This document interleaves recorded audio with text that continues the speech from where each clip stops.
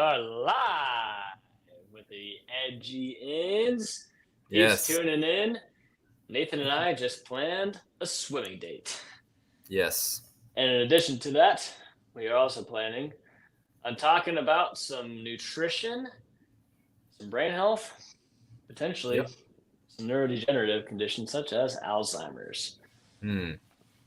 That Yeah. the reason why that popped into my head when I was planning that was just having some patients that are navigating dealing with that.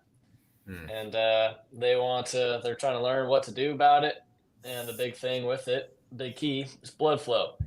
Hmm. And nutrition plays a critical role in the development of Alzheimer's and also in the role of mitigating it. So I thought that'd be an interesting topic. Seemed like one that had a pressing need, and it can provide a resource that we can share with our clients because a lot of them have parents or Hmm. family members that are dealing with some kind of neurodegenerative thing. Like I talked to like 3 people about it yesterday, I think. Yeah. So it's prevalent. Yeah. With that And being said, dementia is just a very tough, scary thing, frustrating. I've had some family members with that on both sides. I've worked in a inpatient rehab facility, and so, man, it's one of those things that I for sure am thinking about. How do I prevent that? I'm very interested in the prevention side of things because it seems like once you have progressed, um, it is one of those conditions that would be very difficult to um, reverse much, if at all. right. Yeah, like I said, I have a few patients that have family members that are dealing with that. I got a family member who's navigating frontal temporal dementia. That's Yeah. my grandpa. Um, saying, "Hey, mom, Miss Slinkard is Oh, on. I'm sure my mom's on. I My guess when I grandma's posted on." it said it here. Let me see if I can. I'm posting as all of us. So nice. There you go. Yeah, my mom's on. Nice. That's funny. Sorry. What were you saying? One of the resources that I've provided my patients has been a book called Biohacking Your Brain. Mm, And it's good for a lot of action steps. The tough part is that as someone's going through a neurodegenerative process um, and development with it, they are going to have a tough time incorporating their own habits. And they yeah. also don't necessarily want to try new things. They become very regimented in their current state. And so it's almost like a double-edged sword where you gather all this information and you have all these things that you want to try out and see if you notice improvements, but it's difficult to get the person to be willing. It's almost like the willingness to adapt decreases just because their mind is in a completely different world than what it is that you've known. Um, I was talking with one of my patients yesterday. She said that her mom got early onset at the age of 50, lived till she was like 74 or something, 75. So imagine 20 some years of trying to encourage someone to do certain things, change stuff up, to Yeah. potentially improve um, the state of their neurodegenerative condition. But yet the person just flat out doesn't want to do it. And it's like, and you can't really necessarily just keep poking them because Yeah. they're in a completely different reality. Yeah. And so but we can do things on our end to prevent that from occurring because there's probably people that are going to be kind of seeing this on their feed. Oh, well, nutrition and Alzheimer's. I have hereditary Alzheimer's runs my family. And I don't want it. So what can we do about it? Um, Yeah. and so I know some stuff off the top of my head that can be done, some easy approaches. I was wondering if you did any type of research prep. Do you have any background in it? What do you know from a nutritional side of things in regards to Alzheimer's? Oh, I did some research on to freshen up on Alzheimer's and nutrition. Um, yeah, I'll mention some things, and and I'd love to pick your brain too about your thoughts. But before I get into the scientific research, I just have a kind of professional opinion. on what you were talking about. That reminds me back to our first episode in January, where we were talking about goal setting and what gets in the way of us meeting our goals. So you were kind of describing that person or people that might have a hard time with change. And to me, one of the biggest things that go hand in hand is when people are making excuses, and either whether they realize or they aren't makes a big difference. So for instance, I've had people that say, I couldn't do this goal, I cannot meet it because of this, but I know I'm just making an excuse. They are most likely going to eventually reach their goals versus someone who doesn't even realize they're making excuses. And by excuse, which can kind of be a loaded term, because some people have some very, very legitimate excuses. They are parents, they are busy, they are not financially able to buy a gym membership. Like there can be some big obstacles, but I think of that more of an obstacle versus an excuse. I think of an excuse as someone can do something, but they're choosing not to. So realizing what our obstacles are, how we can overcome them, and creating a plan to me is a non-scientific based answer to how can we make those changes. Just being honest with ourselves. Are we making excuses? Do we even realize it? That just seems to me to be one of the biggest things that I see amongst people. Any thoughts on that? I mean, there's a few. It's like there's a concept. I don't know if it's a concept, but there is a frame of mind, frame of like prep that you can kind of look at things through, and it's a question of like, what do you want to be true at the end of your last decade of your life? So Dr. Peter Attia, a longevity expert, asked his clients that question on their consult. And when you think about it like that, when you like reverse engineer envisioning what is how you want to be operating, I'm sure a lot of people can say that one thing that they want to be true is they still want to have the quality of their thoughts. Yeah. Still want to be able to have some type of control over their thoughts and understand process, and also be able to have like their memory too, be able to remember things. And that's a proactive way of thinking where if that's something you desire, okay, what can I do now to prevent it? And that is a form of goal setting. Then when you find out, okay, these are the things that can be done to prevent it, how can I ensure that that's getting sprinkled in throughout my week? How can I optimize for that? That can do the best that I can on my own to help prevent that from happening. I know some people can have the concept of like, okay, I'm really scared of the potential of that, but they don't do anything to change their potential outcome, and then that will more than likely be the thing that gets them. Yeah. It's like you can have so much fear-based thoughts of, okay, I'm really terrified of potentially losing the quality of my thoughts or losing the condition of my memory, but not do anything about it. And then that's because they almost manifest that very thing to be their outcome. And if you think about like, okay, what are things that I can do to improve, decrease the risk of something neurodegenerative, that comes the neurodegeneration that's in the brain. That's in your brain. Therefore, a lot of this has to do with brain health. So you have two ends of the spectrum, two sides of the coin. What is going to improve my brain health and what is going to decrease my brain health. Yeah. A lot of things are synonymous with the generic things people are talking about, the fundamentals, right? Exercise, nutrition, sleep, doing some kind of learning behavior thing, water. So like you have all these generic things, and within that, then you can get into specifics. A lot of it is designed to bring in nourishment, stimulate blood flow to your brain, because we have like it's a really ridiculous amount. I think it's almost like 200 something cubic feet of like blood vessels and compacted into this little bowling sized ball object called our Mm. brain. Yeah. And it's all convoluted. It goes deep, it goes up. It's like blood vessels that are like um that are nourishing the Grand Canyon. And it's just throughout our entire cranium. It consumes like 65-80% of our blood flow, similar with oxygen, and it needs nutrients in order to work correctly.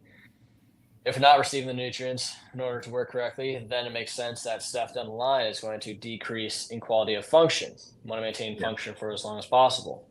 Um, and so there's a lot of habits, actions, activities that can be done to help improve that brain flow, that nourishment, therefore decreasing the risk of degeneration of those neuronal areas in our brain. One of the being nutrition, nourishment. Does that answer your question? Yeah, it does. And It does. I was also thinking about how you were talking about whether people are making steps to improve or not. And there's the behavior change theoretical model where people are in pre-contemplation, contemplation, planning, or action, and then eventually maintenance. And if you're wanting to make a change, you're already one step ahead. You're already in the contemplation, which is good. Pre-contemplation means you don't even see the need to change. So if you're in contemplation, you're one step there.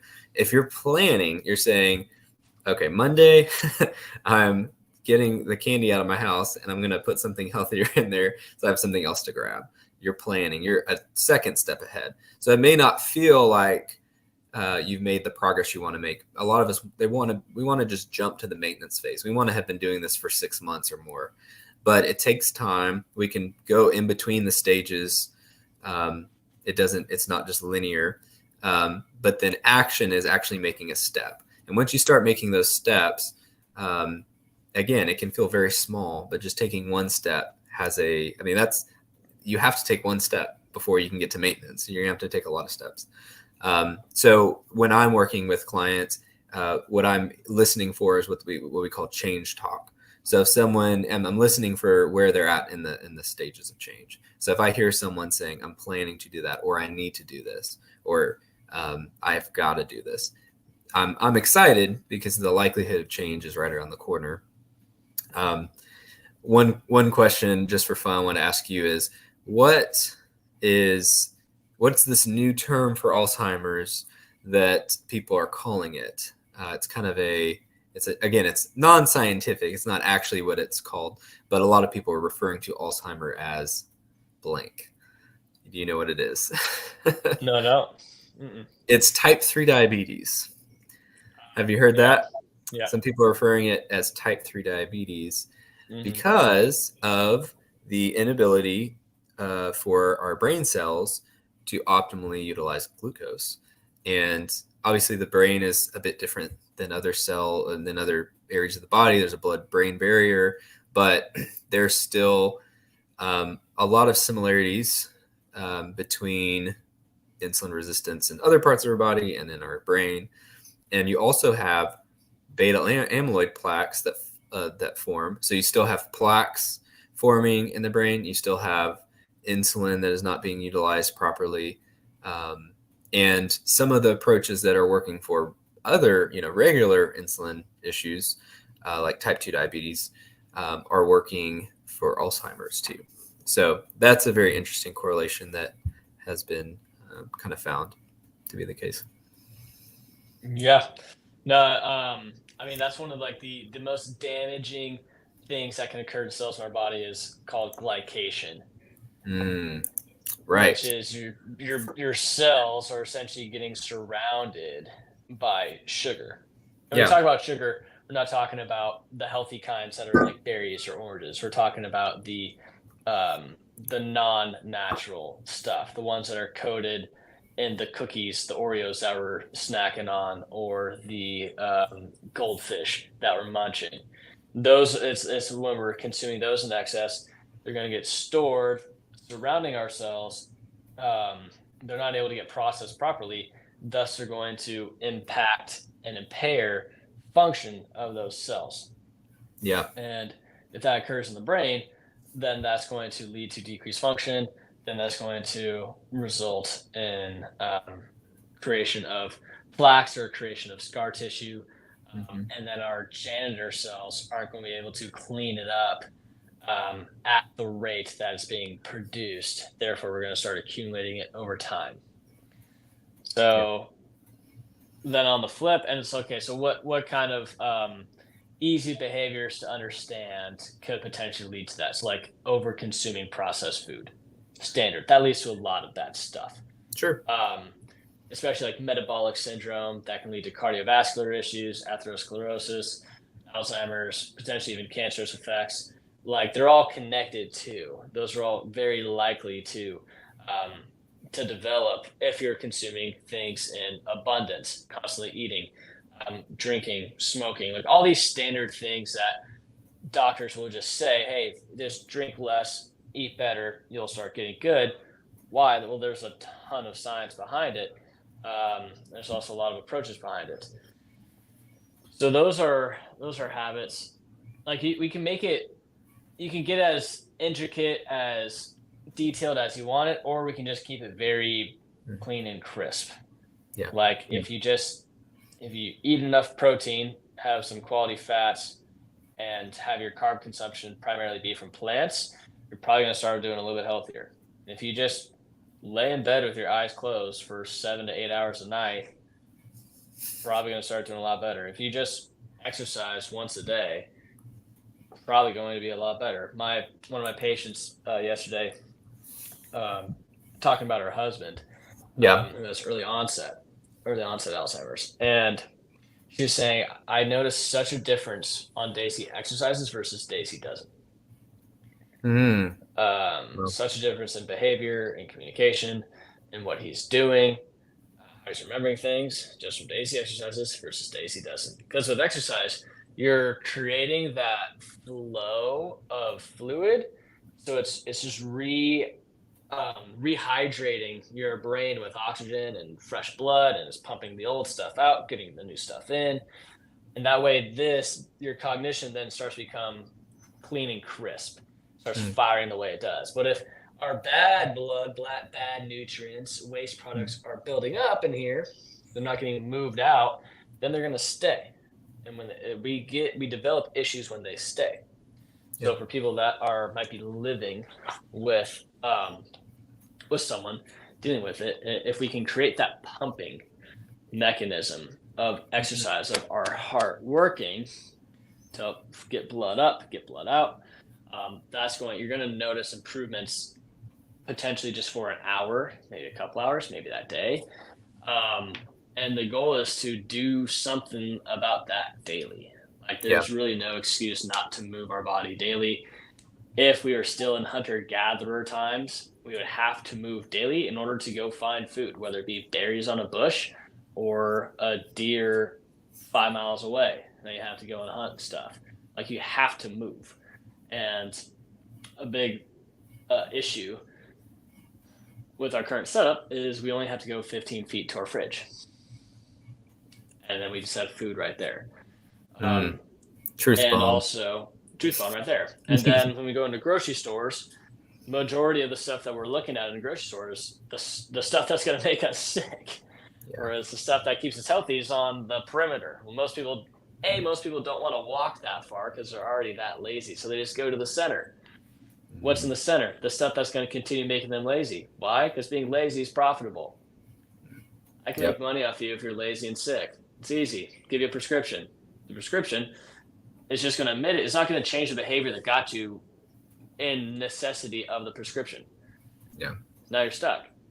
You're stuck addressing the wrong things. Okay, so you can go to the doctor's office, get the prescription, great.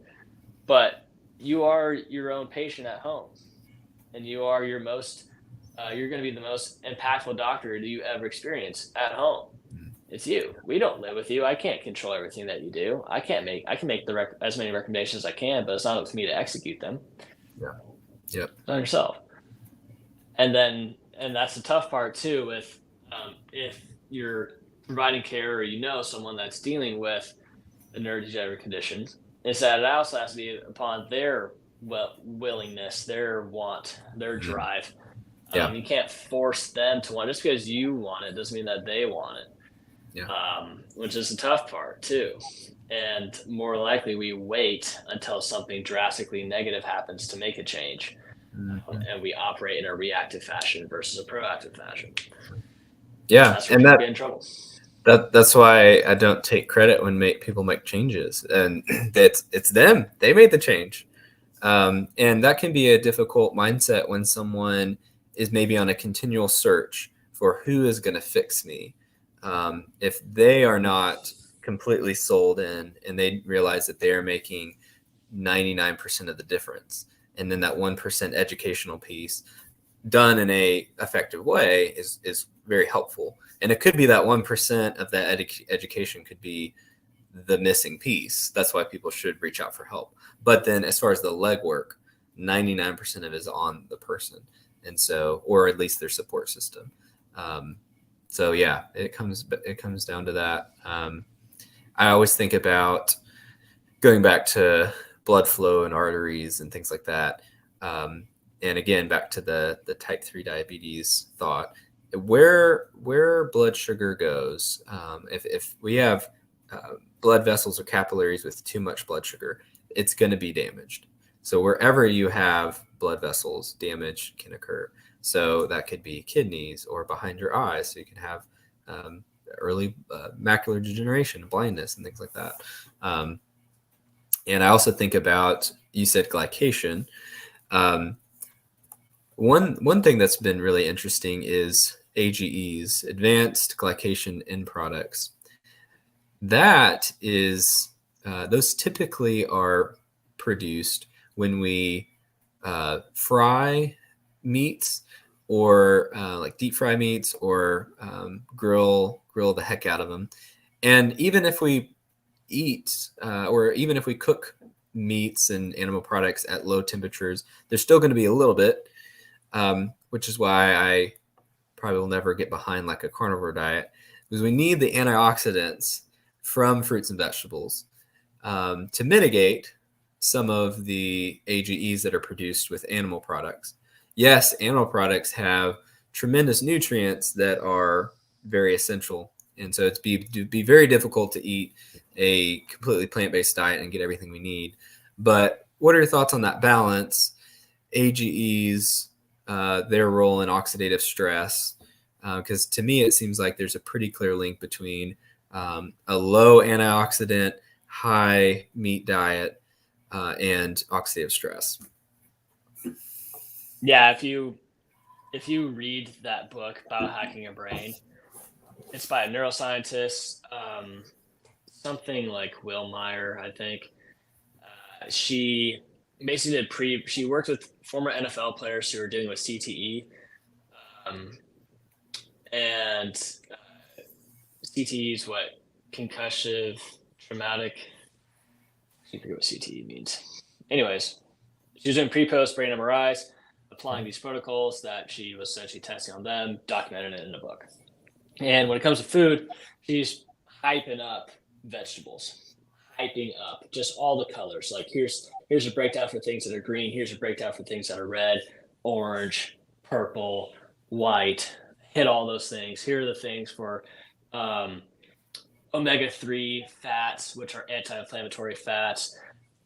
Minimize omega-6 fats, which are inflammatory. Basically, it's this whole anti-inflammatory recipe, Yeah. and also utilizing aspects such as like one concept is called the mono meal, where you just have one thing, like you just have a thing of sweet potatoes, almost like a snack kind of, but it's like a meal, or just one meat and just one thing that allows your microbiome to actually work really efficiently versus trying to target all these different types of foods you might consume at once.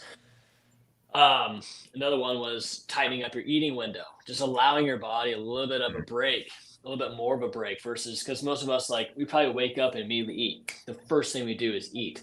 Whereas in the past, in history, evolution, we had to go out and find that food. We weren't able to just eat right away. We had to go and work for it. Mm. So that's why I'm really like exercising in the morning because it simulates that. It makes me Yeah. have to go, and it drives. I mean, there's a lot of this stuff. Um, Exercise in the morning is optimizing a lot of hormonal health, nerve health, blood health, organ health, boom, and sleep. It's crazy how many health things are just Venn diagrams with each other. Yeah. Anyways, Well, and thinking about leaning into what were we doing as humans prior? Well, we were out in the sun. We were only consuming unprocessed things. So not orange juice, or mostly just, I mean, you're just doing oranges. We're not, there's no Cheez-Its in there. We're like, we're consuming, more of the paleo type things, where it's like low processed. We're eating more organ meats. We're utilizing all the animal and the nutrients that come with that. We were sprinting. So like you're saying, if we're chasing after something, there involves some sprinting. And we know sprinting is really good. Like throwing some sprints into your day is good. What else that we know is good for preventing Alzheimer's? My mom's on, and she that's one that she always likes to do, is walking on uneven surfaces. So walking on a trail is great. Walking on a treadmill is great. But it's even better for your brain if you can go off path a little bit, or going on a hiking trail. It engages your brain more. And so I wonder about that, Chris. I know about that it's good for neural connections, and like chess is good for the brain, and Sudoku is good for the brain. Is it that, what is it doing for a brain maybe that, is it making more neural connections, and somehow by doing that we have better blood flow? Or is it just growing? I know that like if we are remembering more, like it even can grow the size of our hippocampus. I don't know if you have yeah. thoughts on Well, it's just like a muscle, right? If I'm going to do bicep curls every single day, that's going to grow. It's going to grow in strength. It's going to grow in size. It's going to grow in activity. And it's going to be way more functional. It's the same thing for areas of our brain that deal with that. So, for example, reading something, if I'm reading something and I'm learning it, I'm stimulating that area of my brain that's processing the words. And then you also have to turn just the actual language into something that you understand. And then that's going to get internalized into memory during sleep. That's what REM sleep is. Um, if we are trying to learn something new via a game or trying to problem solve, then it's going to encourage the area of problem solving to solve a problem and Yeah. actually become activated. When we're utilizing those areas of our brain, they're going to increase in metabolism, which means that they're going to start attracting more blood flow and nutrients to it, so that way it can support the energy that's being stimulated in that area.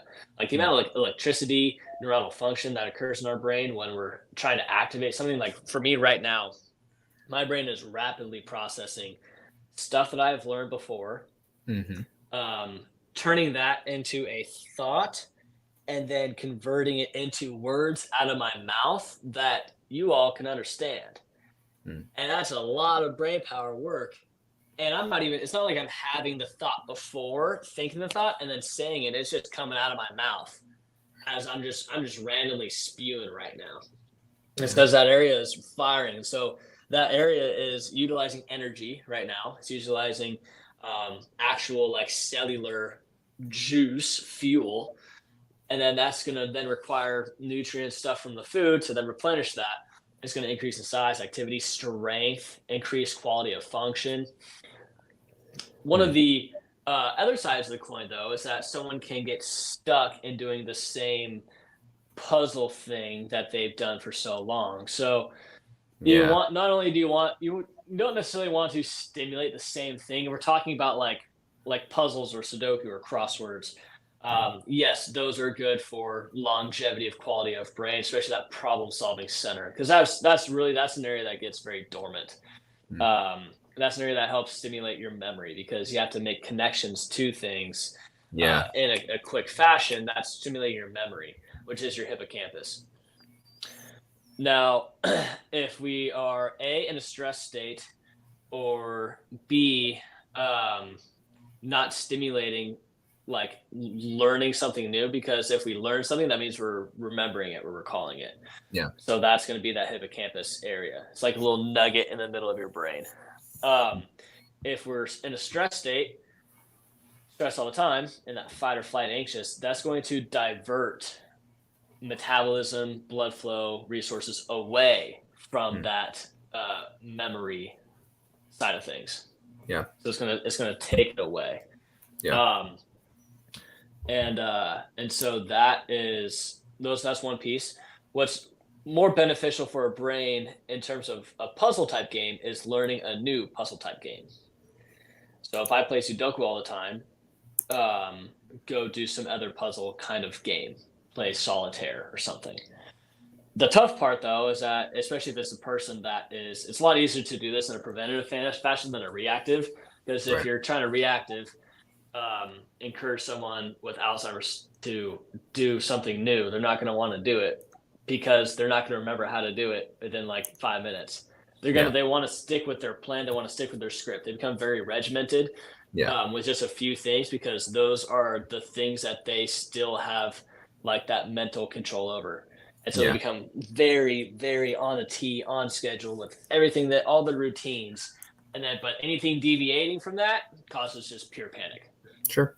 Sure. pure stress. Mm. Um, but that's trying to do new problem solving stuff. Like I remember in the book, she talks about utilizing your non-dominant hand when you're eating food or when you're brushing your teeth or combing your hair, just forcing you to just Mhm. figure out. It's just like, okay, how the heck how do I do this? Mhm. How do I scrub my teeth this way? I'm looking in the mirror. I got a different arm. Like this is all Yeah. weird. You're utilizing a different part of your brain. So now Yeah. that's going to fire up and start working. Same thing with hiking on or walking on uneven surfaces. You in that moment, as you're walking on different surfaces, your brain is figuring out a map that's going to work for your feet. That's not going to get itself hurt.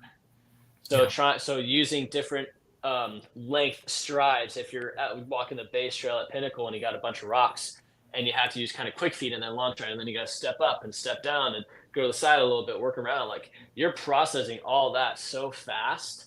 Yeah. And that's your brain doing that, and then it's that way it's having to learn a new map. Like I'm at a point right now where I can almost, like if I go up east side or west side of Pinnacle, I've done it to a point where I have that subconscious map. It's almost ingrained in me of like, hey, this is, I can get up it pretty dang quick if I wanted to, because I have that internal map already ready to go.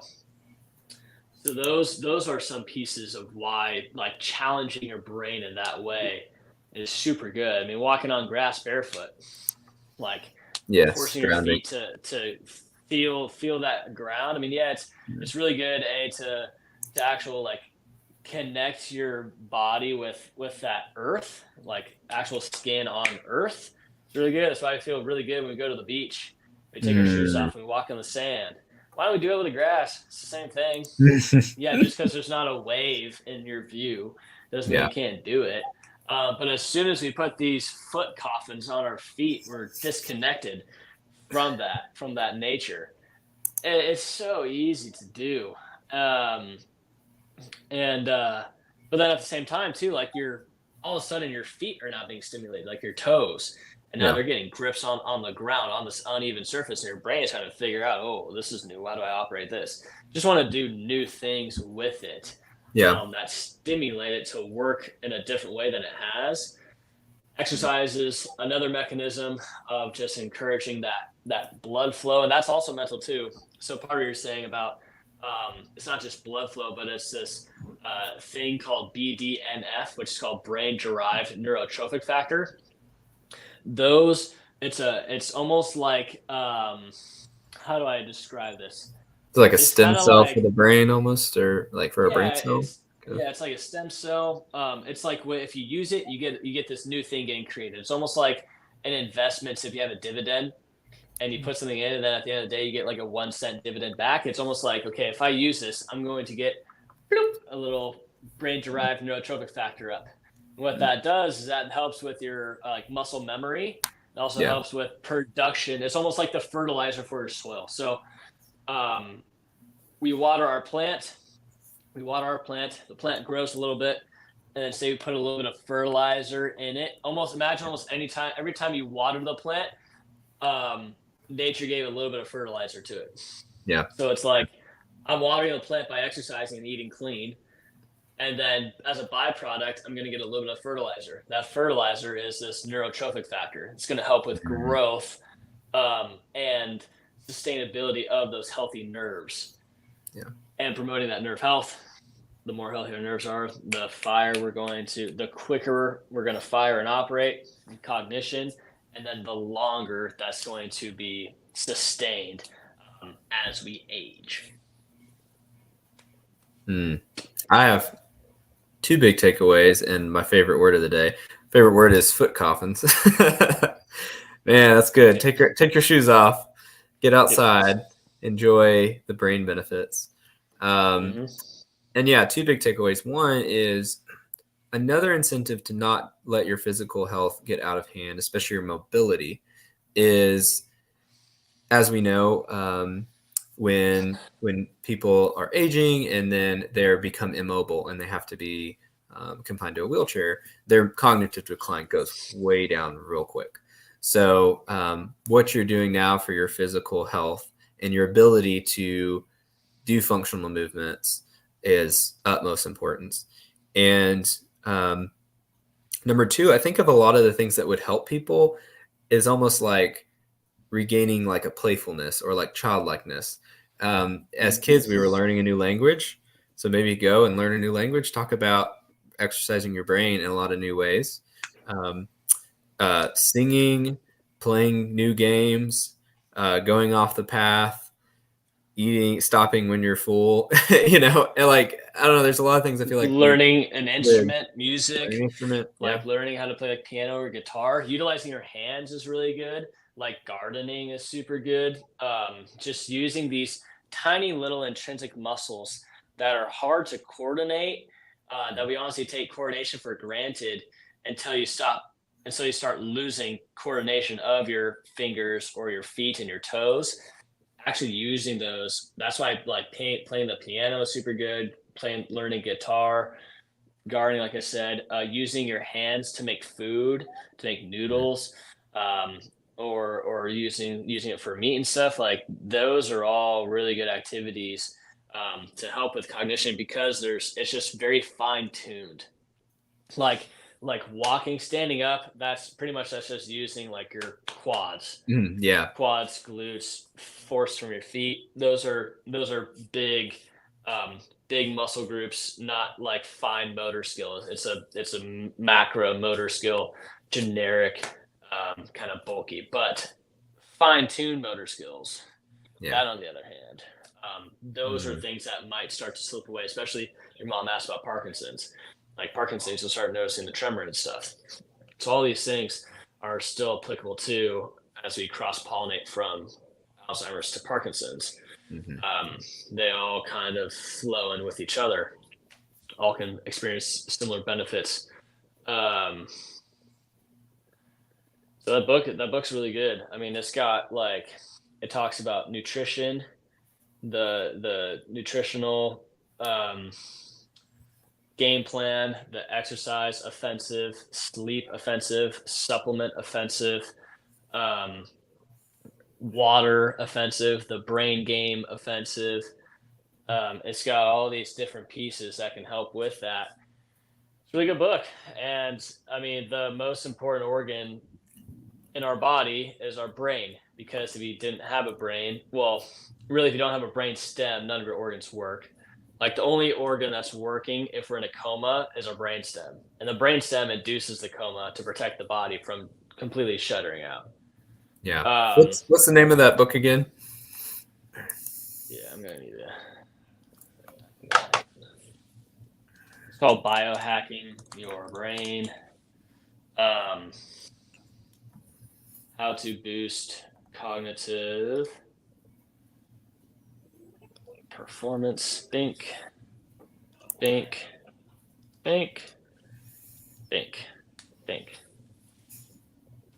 Nice.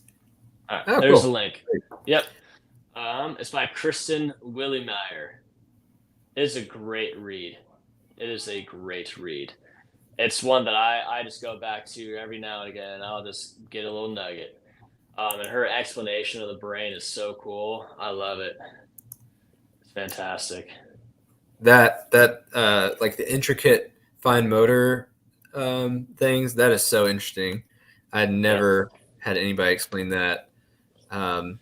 Another one that last thing that I'll mention that's just absolutely crucial is socialization. So I Yeah. think how we scroll on our phones, I scroll on my phone way too much. Social isolation or just not engaging enough with people has a massive impact on our longevity. And so, yeah, if we're just going through life and going through the motions, it sounds like our risk of Alzheimer's goes up. But if we're open to exploring and being creative and consuming various healthy foods and being moving in different ways, like our likelihood that we're going to prevent it goes way up too. What do you suggest for people who have brain fog due to autoimmunity? With brain fog is typically like we have lack of fresh blood in our brain, therefore we're foggy and groggy. So, Miss Susan, kind of think about giving your cells, like your brain, like an internal shower. So just like you take a shower for your external for your skin, to wipe off any residue or debris we might have, any stickiness, we want to do the same thing for our internals. So ways to do that. It's still the fundamentals. You might be, or someone might be waking up with it, whether that's you or someone else, might be waking up with brain fog more than likely. A lot of that has to do with dehydration. It really does. Because especially if we're mouth breathing when we sleep, every breath, every exhale releases water through water vapor. So that's one of the main ways that we can become dehydrated or lose water is through exhaling, especially exhaling through our mouth. And also, if we inhale through our mouth, we're going to get less oxygen into our body and less oxygen throughout our brain. So, really, our breathing through our nose, I cannot emphasize this enough. Like, you get 18% more oxygen into your body just from inhaling through your nose. And if we're sleeping, that's 8 hours. You're either having 8 hours of mouth breathing, or you're having 8 hours of nasal breathing, or you're having 8 hours of a little bit of both, depending on what you do. So one of the best things you can do as soon in your morning, ASAP, as soon as you wake up, just down a glass of water. That's going to help. Yep. And also waiting an hour to an hour and a half to have coffee. If you delay that a little bit, have water, throw some electrolytes in your water, that's actually going to start revving up your cells more and in a better fashion than coffee does. Coffee stimulates more hormones to just get them into the stress state, which is like us activating. Salt and water is going to actually work on our cells, not our hormones. It's going to work on the cells themselves. So that way it's more sustainable, it's more crisp, and it's going to be better lung wise. Coffee is just firing up your adrenals and your stress hormones, basically putting you into that stress state to make you start doing stuff. And that's when you start getting that crash and that burnout, because it's just based off of stress hormones. It's not an actual like foundational energy source. Yeah. Other ways to create that intro shower, going on a walk in the morning. Mm-hmm. Yep. Getting like just a 10-minute out, just go out for 10 minutes, walk back for 10 minutes.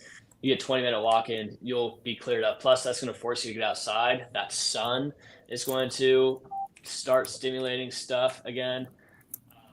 And then eating probably like some fruit and some fruit in the morning, fruit veggies in the morning. That's going to help further expedite that.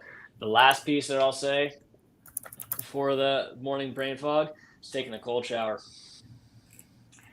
I know that probably just sent the people that are watching this probably just made them go, yeah, nope, not doing it. That's how I know, if that was you, that's how I know that you have a little bit of a lack or scarcity mindset in you right now, and a load of unwillingness. Yeah, that sounds a little scary to do, maybe a little intimidating to do, but the secrets and the magic that you're looking for isn't the thing that you're avoiding doing. And so if that just made you go, whoa, nope, I ain't doing that, Well, you're not on the other side of it. It sounds like, and you should also post your 5 day nervous system challenge. I Oh love yeah. that because you mentioned multiple concepts in that, and I've had big takeaways from that. The cold exposure, the water first thing, and rehydrating, getting up. I need to do really need to get back to doing more of that. Is getting up and seeing the sun. Yeah, so No problem, Miss Slinkard, Mama Slinkard. Yeah, no, it's big. It's big. this is a good episode. Still do We it. gotta Yeah, I still do that stuff share every this day. out. Yeah, if I don't get up and move and get outside a little bit and take a cold shower, my day is weird. Like Yeah, I've been in that flow, that sequence of events for almost 2 straight years now, yeah, and almost like not missing a day. I think I committed to that August of 22. yeah, I was playing with it summer of 22, just inadvertently, not because I read anything. Um, it was kind of forced upon me from an injury, mm, from not having hot water in Ireland, and from um, not having coffee in the morning and stuff, and eating clean in the morning, and it just got kind of forced upon me. Recognize, wow, I feel way better now than when I do this other stuff. Maybe I should just stick with this. Stuck with it, was inconsistent at it. Notice, okay, days where I don't do this, my mentals get rushed yeah, and these start going quicker. So how can I slow this down? It's like I just need to commit to doing this every day. yeah. Did that, and it's been a system that's allowed me to be fairly sustainable for a good amount of time. I recommend it. Awesome. Yep. Well, we'll wrap up migraines, I think, next week. Although, Yeah. man, I think we are just scratching the surface on Alzheimer's, but we could Yeah. even uh, spill over into July and just keep doing brain health. That could be an option. But yeah, and viewers, please let us know what you want to learn, and we can adjust. Hmm. Yeah, I think I think this kind of stuff is that's a cool side of things. I think Yeah, that's got some interest, intrigue. So good stuff. Thanks for tuning in. Appreciate you all. Go crush the rest of your Thursday. Get some sun. Even if it's just sitting in the back porch and just yeah, contemplating life. It's good to do that stuff every now and then. Do it with a friend too if you can, in person. yes. See ya.